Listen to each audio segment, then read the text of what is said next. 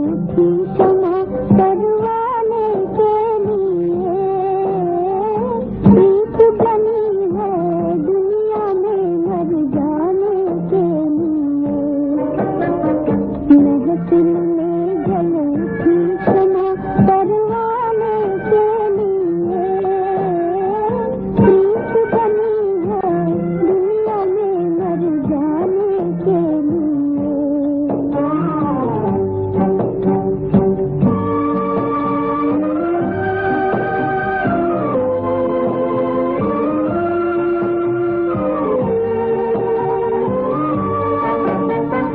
चारों तरफ लगाए फेरे फिर भी हर दम दूर है। उल्फत देखो आग बनी है मिलने से मजबूर है। यही सजा है दुनिया में, यही सजा है दुनिया में दीवाने के लिए।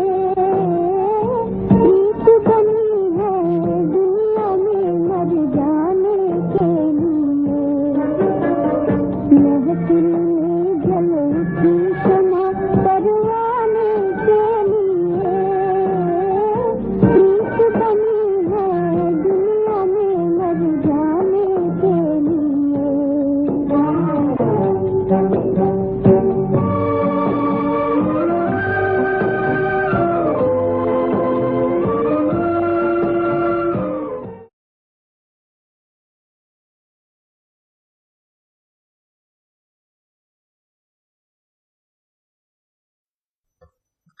ओम शांति। मुरली की तारीख है 14/10/2021। नवरात्रि के दिन चल रहे, हम सब जानते। और अभी आज हम कहाँ पहुंचे? कल तो दशहरा है, पर आज जो बाबा की सतगुरुवार की मुरली है, तो ये मुरली दशहरे के निमित्त चल रही है। बाबा ने बहुत अच्छी तरह बताया है कि देखो, रामायण, महाभारत और गीता, इनका आपस में कितना गहरा कनेक्शन है। रामायण में क्या दिखाते हैं? सीता चुराया रावण ने, फिर कैसे रावण मरा। लेकिन बाबा कहते हैं कि रावण तो मरता है नहीं। रावण कब मरता है? रावण तब मरता है जब महाभारत की लड़ाई होती। महाभारत की लड़ाई कब लगती है? जब बाबा आते हैं और गीता का ज्ञान सुनाते। तो जब बाबा आकर के गीता का ज्ञान सुनावे और यादव, कौरव, पांडव, और फिर बाबा कहते हैं कि महाभारत की लड़ाई का गायन है, फिर विश्व युद्ध छिड़ती है और उस महाभारत की लड़ाई में ही अधर्म का विनाश और एक सत धर्म की स्थापना होती है। तब तुम जो आत्माएं सीताएं हो, वो रावण के जेल से मुक्त होती हो।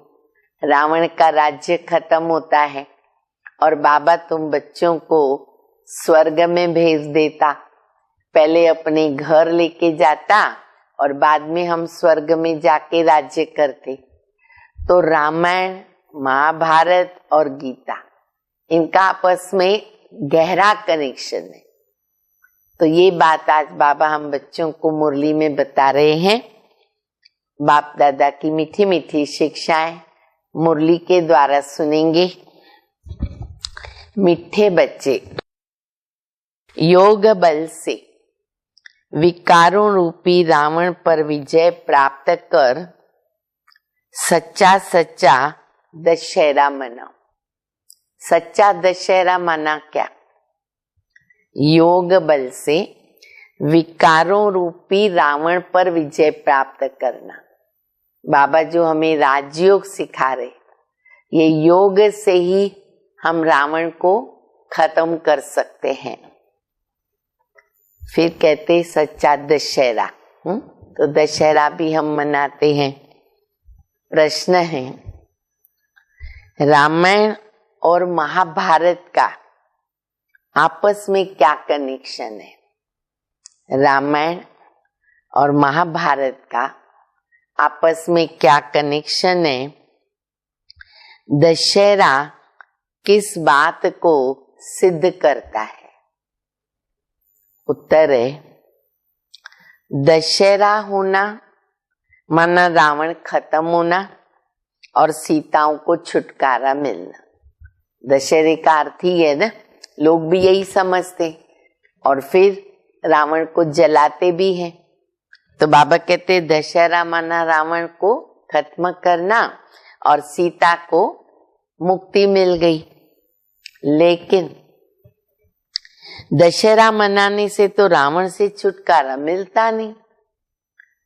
जब महाभारत होता है तब सब सीताओं को छुटकारा मिल जाता है। महाभारत लड़ाई से रावण राज्य खत्म होता है। तो रामायण, महाभारत और गीता,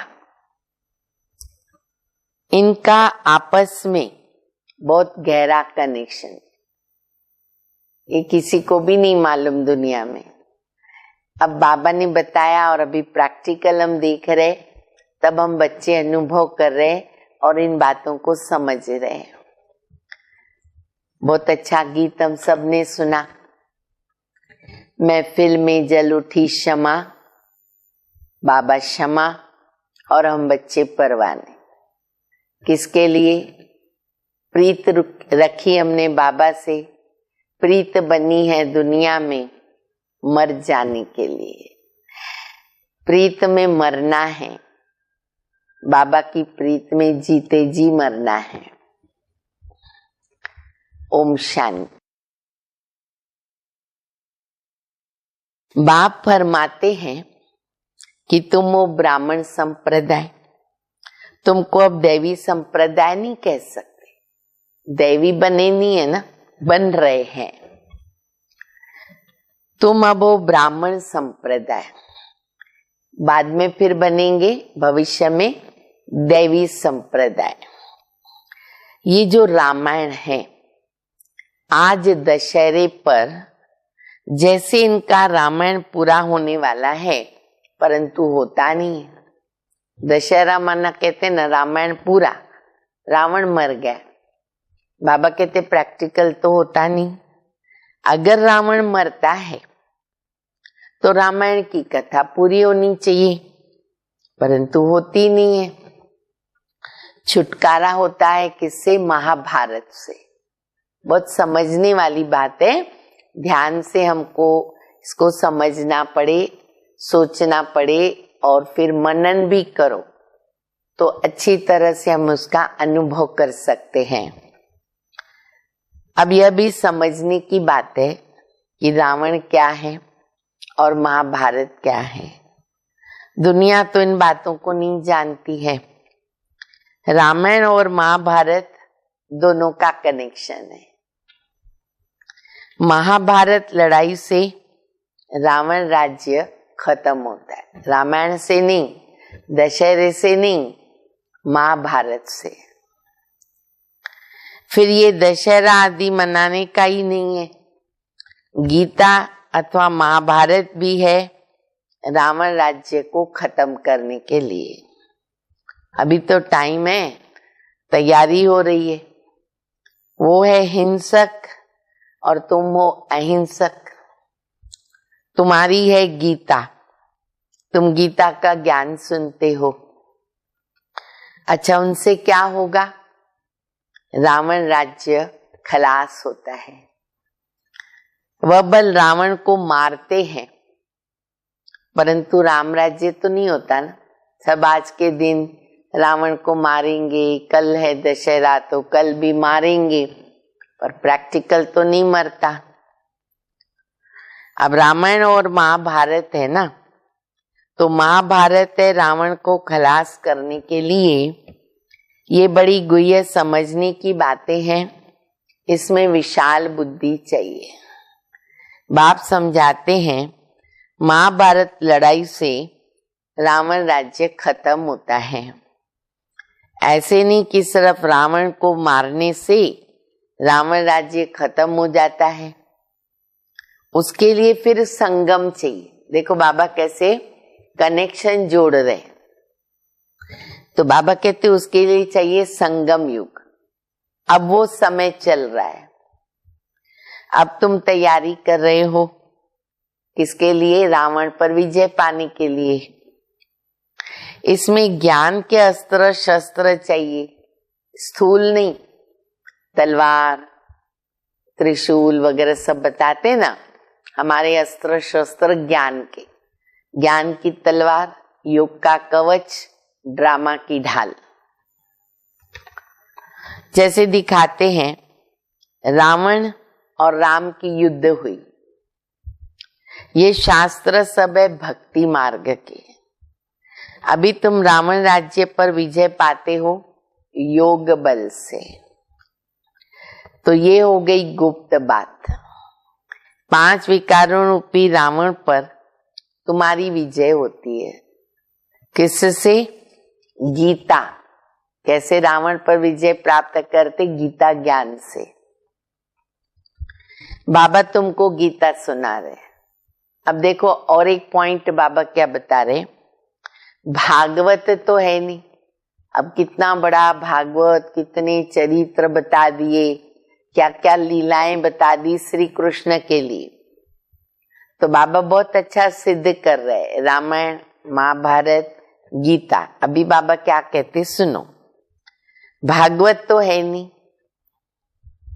भागवत में दिखाते कृष्ण चरित्र। कृष्ण के चरित्र कुछ है नहीं। तुम जानते हो जब विनाश होगा, महाभारत लड़ाई लगेगी, तो रावण राज्य खत्म हो जाएगा। सीढ़ी में दिखाया है जब से रावण का राज्य शुरू हुआ तब से भक्ति मार्ग शुरू हुआ। ये भी तुम जानते हो। गीता का कनेक्शन महाभारत लड़ाई से है। तुम गीता सुनकर के राज्य पाते हो और लड़ाई लगती है सफाई करने के लिए। अगर विनाश न हो, लड़ाई न हो, दुनिया की सफाई कैसे हो सकती? देखो घर में भी दिवाली पे जब लोग सफाई करते हैं ना, जो भी पुरानी चीजें हैं उसको निकाल लेते, भंगार में दे देते, कुछ नया खरीदना होता है, खरीदते हैं, सब चेंज होता है। तो साफ सफाई के लिए तो सब कुछ करना पड़ता है। तो बाबा को तो पूरी पुरानी दुनिया की सफाई करनी है। तो लड़ाई महाभारत की और विनाश, ये तो ड्रामा में होना ही है। बाकी भागवत में चरित्र आदि सब फालतू है। अच्छा, फिर बाबा और एक बात बता रहे। शिव पुराण में कुछ भी नहीं है, नहीं तो गीता का नाम होना चाहिए शिव पुराण, क्योंकि गीता ज्ञान कौन सुनाता है? शिव बाबा। शिव बाबा बैठ ज्ञान देते। सबसे ऊंची है गीता। गीता सब शास्त्रों से छोटी है और सारे पुस्तक तो बहुत ही बड़े बनाए। मनुष्यों की जीवन कहानी भी बहुत बड़ी बड़ी बनाई है। नेहरू ने शरीर छोड़ा, उनके कितने बड़े वॉल्यूम बनाते हैं, कितनी बड़ी बड़ी सारी किताबें वगैरह सब। आजकल तो उसके ऊपर पिक्चर वगैरह भी सब बनाते हैं। ये गीता शिव बाबा के वॉल्यूम्स की कितनी एक्चुअली बड़ी होनी चाहिए, परंतु गीता कितनी छोटी है, क्योंकि बाप सुनाते ही एक बात है। क्यों? उसका भी कारण बाबा ने कहा। बच्चे, मैं क्या बोलता हूं? मुझे याद करो, तुम्हारे विकर्म विनाश होंगे और चक्र को समझो। 2 ही बात है मुख्य। बस इसलिए गीता को क्या किया? छोटा बना दिया, लॉकेट में भी डाल देते। ये ज्ञान कंठ करने का है। तुमको मालूम है गीता का लॉकेट बनाते, उसमें छोटे अक्षर होते हैं। अब बाबा भी तुम्हारे गले में लॉकेट पहनाते हैं। बाबा भी गले में लॉकेट पहनाते हैं। त्रिमूर्ति और राजाई का। बाबा कहते गीता है 2 अक्षर, अलफ बे। ये है गुप्त मंत्र का लॉकेट, मनमना भव। सबके गले में पड़ा है ना ये लॉकेट, चेक करो। हाँ, उसको बराबर से संभाल के रखो। जो बाबा ने लॉकेट पहनाया है बड़ा गुप्त है पर बहुत ही वैल्यूएबल है। मुझे याद करो, तुम्हारे विकर्म विनाश होंगे। तुम्हारा काम है योग बल से विजय पाना। फिर तुम्हारे लिए सफाई चाहिए, तो बाप समझाते कि तुम्हारे योग बल से रावण का राज्य का विनाश होता। रावण राज्य कब शुरू हुआ तुम बच्चे जानते हो। ये ज्ञान बड़ा सहज है, सेकंड की बात है ना। 84 जन्मों की सीढ़ी में भी इतने इतने जन्म लिए, कितना सहज है। बाप है ज्ञान का सागर, ज्ञान सुनाते ही आते हैं। तुम सब मुरली के कागज इकट्ठे करो। 86 इयर्स हो गए यज्ञ को, मुरली के कागज इकट्ठे करो, कितने ढेर हो जाएंगे। बाप डिटेल में समझाते भी हैं। नटशेल में तो कहते बच्चे अलफ को याद करो, बस बाकी टाइम किस में लगता है हमारा। बाबा ने तो नटशेल में ज्ञान दे दिया। टाइम लगता है कि सिर पर पापों का बोझा है, उसे खत्म करने के लिए टाइम लगता है। वह याद से ही तो उतरेगा ना, तो इसमें मेहनत लगती है। बाबा की याद से विकर्मों को विनाश करना, घड़ी घड़ी भूल जाते हैं। तुम बाबा को याद करते रहो, कभी भी विघ्न नहीं पड़ेंगे। देह अभिमानी बनने से ही तो विघ्न पड़ते हैं ना। भूल जाते बाबा को तो माया क्या करती है, विघ्न डाल देती है। देह अभिमानी बनते हो अंत में, फिर आधा कल्प क्या होगा, कोई विघ्न नहीं पड़ेगा। ये कितनी गुह्य बातें हैं समझने की। शुरू से लेकर कितना सुनाते आए, फिर भी कहते सिर्फ अलफ को याद करो। इतना ज्ञान का विस्तार बाबा ने हम बच्चों को सुनाया। फिर सार में बाबा कहते बच्चे अलफ को याद करो। झाड़ का तो विस्तार है, बीज तो छोटे में छोटा होता है, झाड़ कितना बड़ा निकलता है। आज दशहरा है ना, अब बाबा समझाते हैं रामायण का महाभारत से क्या संबंध है। रामायण तो भक्ति मार्ग का है, आधा कल्प शुरू हो जाएगा। रामायण और महाभारत में क्या फर्क है। राम राज्य की स्थापना, रावण राज्य का विनाश तो होना है।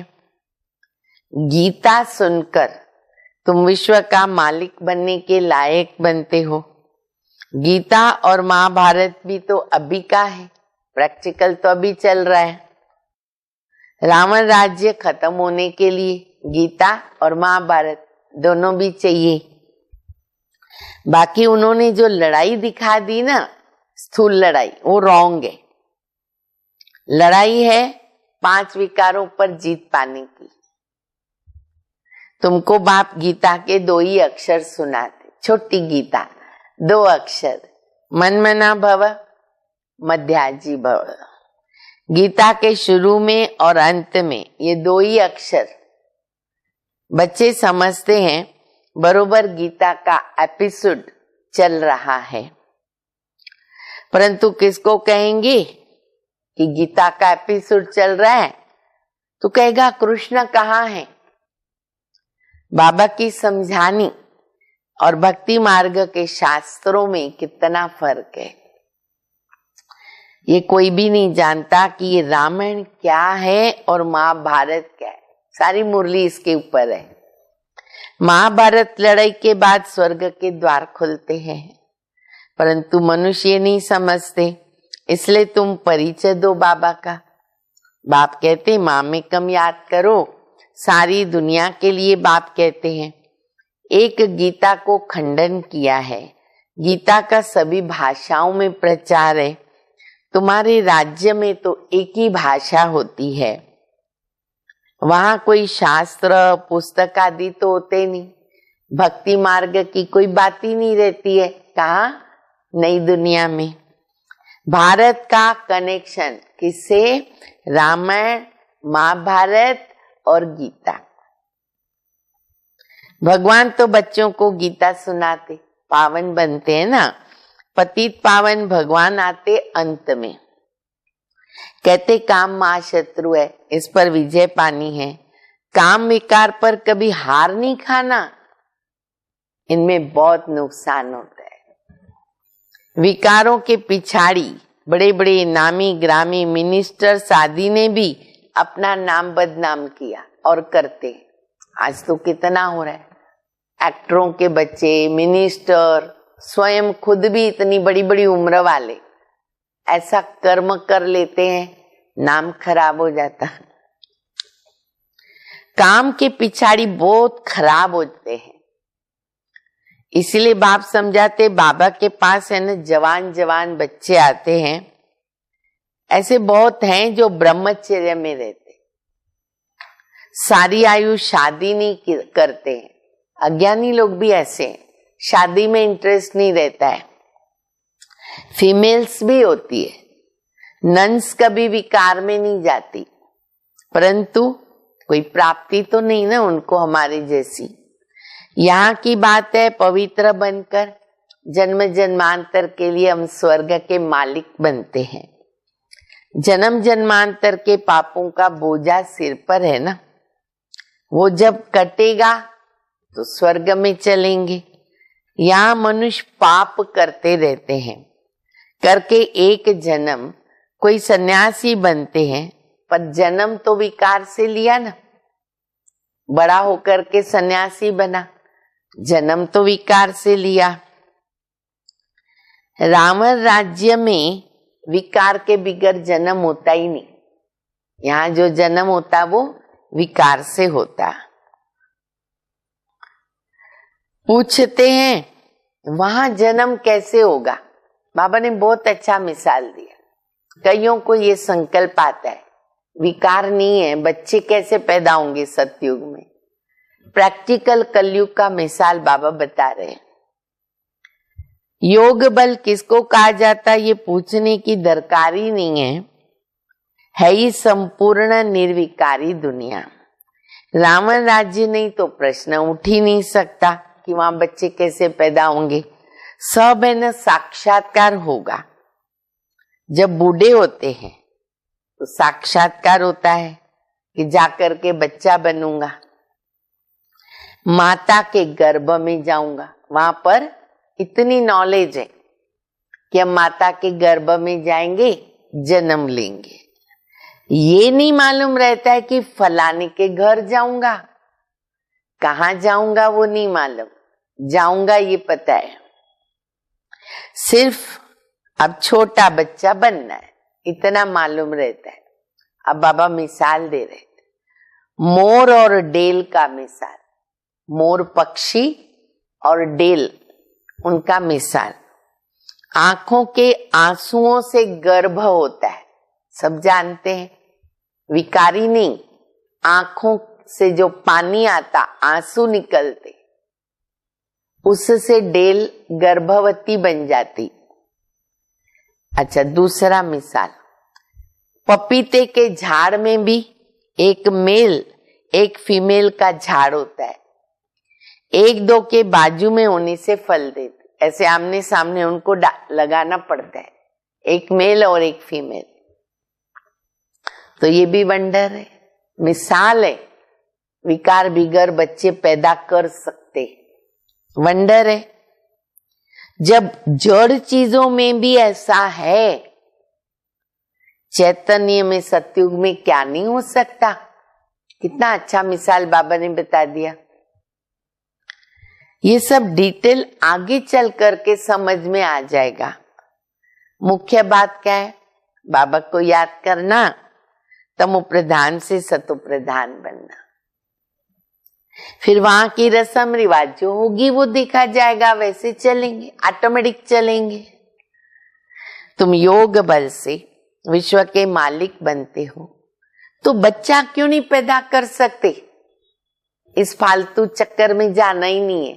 और ये समझ की बात है, शास्त्रों में ऐसी कोई बातें है नहीं। शास्त्र है भक्ति मार्ग के। परमपिता परमात्मा आकर ब्राह्मण धर्म, सूर्यवंशी, चंद्रवंशी धर्म की स्थापना करते हैं। ब्राह्मण है संगम युगी, बाबा को संगम युग पर आना पड़ता है। पुकारते भी हैं कि पतित पावन आओ। उस तरफ वाले कहते हैं हे लिबरेटर, दुख से लिबरेट करो। अब दुख देता कौन है ये तो उनको मालूम नहीं। तुम जानते हो रावण राज्य खत्म होता है, तुमको बाबा राजयोग सिखा रहे। जब पढ़ाई पूरी होती तो विनाश होता, उसका नाम रखा महाभारत। महाभारत में रावण राज्य खत्म हो जाता। दशहरे में एक रावण को खत्म करते। अब वो तो हद की बात है, भाई रावण खत्म हो गया। वो भी शास्त्र बने हुए हैं तो समझते तभी रावण था राम के राज्य में और वो खत्म हुआ। ये बेहद की बातें हैं। ये सारी दुनिया खत्म हो जाएगी तो इतनी छोटी छोटी बच्चियां इतनी बड़ी नॉलेज ले रही है। वह जिस्मानी नॉलेज, बाबा ने देखो कैसा शब्द दिया है। बाबा कहते हैं ये जिस्मानी नॉलेज जो है ना, जो पढ़ते हैं स्कूल में कॉलेज में, घासलेट है। और बाबा जो पढ़ाई पढ़ाते, बोलो क्या होगा, क्या नाम दिया होगा बाबा ने? वो घासलेट है। ये सच्चा घी है। सच्चा घी में ताकत है। पहले के जमाने में बहुत कॉमन था सच्चा घी यूज करना। आजकल तो कोई खरीद नहीं सकता, महंगा हो गया। और सतयुग में घी की नदियां बहती है, कितना फर्क हो गया। ये सच्चा घी है। तो रात दिन का फर्क है ना। रावण राज्य में तुमको घासलेट खाना पड़ता है, वरना ऑयल पकड़ के चलो, तेल, और कहाँ सच्चा घी। आगे इतना सस्ता सच्चा घी था पहले जमाने में। अभी दादा परदादाओं के जमाने का ही हमको सुनाई देता है, तो उसके आगे क्या नहीं होगा। फिर महंगा हो गया। अभी ब्रह्मा बाबा का ये लास्ट जन्म में बाबा ने कितने अनुभव किए। तो बाबा कहते कि अभी महंगा हो गया तो फिर तेल खाना पड़ता है। ये गैस, बिजली आदि पहले कुछ भी नहीं था। और ही तभी गर्मी भी नहीं थी, क्योंकि लोगों की सब खुले घर थे, खिड़कियां, दरवाजे और खुला खुला मैदान, आगे पीछे कोई बिल्डिंग्स नहीं। पंखे की जरूरत ही नहीं थी, कुछ भी नहीं है, बिजली थी नहीं। और अभी देखो बिजली है और हैरान गति है। थोड़े वर्षों में कितना फर्क हो गया। अब तुम जानते हो ये सब खत्म होने वाला है। शिव बाबा हमें लक्ष्मी नारायण जैसा बनाने के लिए पढ़ा रहे हैं। ये नशा इस बाबा को तो बहुत रहता है। किसको? ब्रह्मा बाबा को। मैं क्या बनूंगा, कृष्ण, नारायण।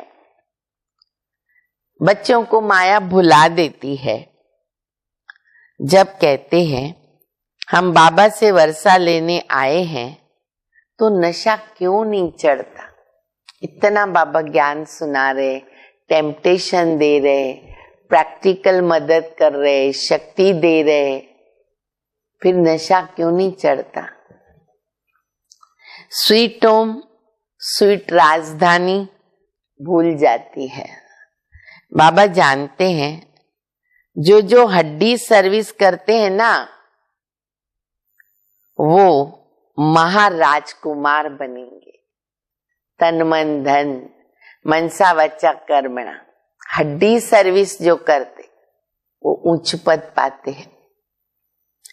तुमको ये नशा क्यों नहीं रहता? उसका कारण भी बाबा बताते हैं क्योंकि याद में नहीं रहते हैं, सर्विस में पूरा तत्पर नहीं रहते हैं, कभी भी सर्विस में उछल पड़ते हैं और कभी फिर ठंडे हो जाते हैं।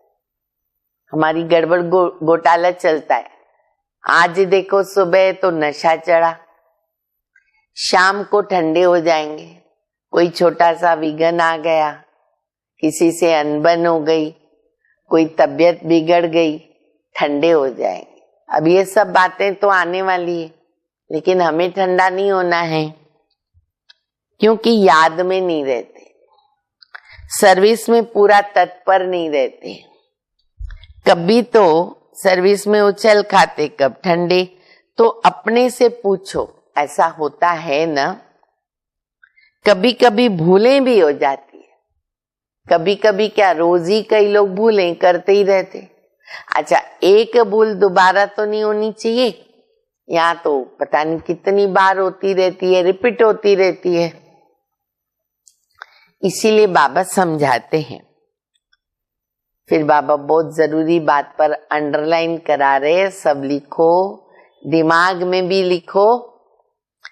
जबान बड़ी मिठी चाहिए। कहते ना, ये 2.5 इंच की जीभ है, दिलों को जीतती भी है तो दिलों को तोड़ती भी है। मीठी जबान दिलों को जोड़ देती है। सबको राजी करना है, किसी को नाराज मत करो, रंज मत करो, दुख मत दो। सब किसको आवेश ना आवे, गुस्सा, आवेश, क्रोध। बाबा कितना प्यार का सागर है। अब गऊ कोस बंद कराने के लिए कितना माथा मारते हैं। बाबा कहते सबसे बड़ा कोस है काम कटारी चलाना, वो तो बंद करो। गऊ कोस तो कराते, पर ये मुख्य बात है, पहले वो बंद करो। बाकी वह कोई बंद होने वाला नहीं है। कितना माथा मारते, कितना देखो प्लानिंग करते रहते, होने वाला होता है, करने वाले कर ही रहे। ये काम कटारी दोनों को नहीं चलाना चाहिए। पति पत्नी दोनों का संबंध है। कहाँ मनुष्यों की बात और कहाँ बाप की बात। जो काम विकार को जीतेंगे वो पवित्र दुनिया के मालिक बनेंगे। ये बाबा का ऑर्डिनेंस है, फरमान है। अच्छा, मीठे मीठे सिकिल दे बच्चों प्रति माता पिता बाप दादा का याद प्यार, गुड मॉर्निंग। रूहानी बाप की रूहानी बच्चों को नमस्ते। हम रूहानी बच्चों की रूहानी बाप को, माता पिता बाप दादा को याद प्यार, गुड मॉर्निंग और नमस्ते। धारणा के लिए मुख्य सार है, पहला, बाप समान प्यार का सागर बनना है। प्यार करो, सबको प्यार करो, सुख दो। कभी भी आवेश में नहीं आना, गुस्सा नहीं करना। अपनी जबान बड़ी मिठी रखनी है, मिठे बोल बोले, सबको राजी करो। दूसरा, हड्डी सर्विस करनी है। नशे में रहना है। अब ये पुराना शरीर छोड़ जाकर प्रिंस प्रिंसेस बनेंगे।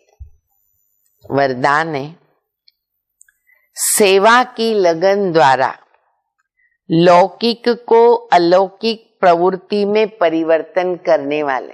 रहना तो प्रवृत्ति में है, लौकिक को अलौकिक प्रवृत्ति में परिवर्तन करने वाले निरंतर सेवाधारी भव। सेवाधारी का कर्तव्य है निरंतर सेवा में रहना, चाहे मनसा सेवा, चाहे वाचा या कर्म। कोई और सेवा नहीं तो मनसा सेवा तो है ही है, तो निरंतर तो रह सकते हैं। सेवाधारी कभी भी सेवा को अपने से अलग नहीं समझते। जिनकी बुद्धि में सदा सेवा की लगन रहती है, उनकी लौकिक प्रवृत्ति बदलकर ईश्वरीय प्रवृत्ति हो जाती। लौकिक प्रवृत्ति जो करेंगे ना, उस भी सेवा समाई हुई, उस टाइप से करेंगे। सेवाधारी अपने घर को घर नहीं समझते, लेकिन सेवा स्थान समझ करके करते। बाबा कहते हैं ना, दफ्तर में जाते हो, घर तुम्हारा बाबा का घर। सेवाधारी का मुख्य गुण है त्याग। त्याग वृत्ति वाले प्रवृत्ति में तपस्वी मूर्त होकर के रहते हैं, जिससे सेवा अपने आप हो जाती है। स्लोगन है, अपने संस्कारों को दिव्य बनाना है तो, अपने संस्कारों को दिव्य बनाना है तो मन बुद्धि को बाप के आगे समर्पित कर दो। मन बुद्धि में अपने संकल्प न, अपना कोई निर्णय नहीं, बाबा ने जो आज्ञा दी, फरमान दी, श्रीमत दी, वही हमें करना है। मन बुद्धि को बाबा के आगे समर्पित करना, इसको कहते हैं सही रूप में समर्पित होना। अच्छा, ओम शांति।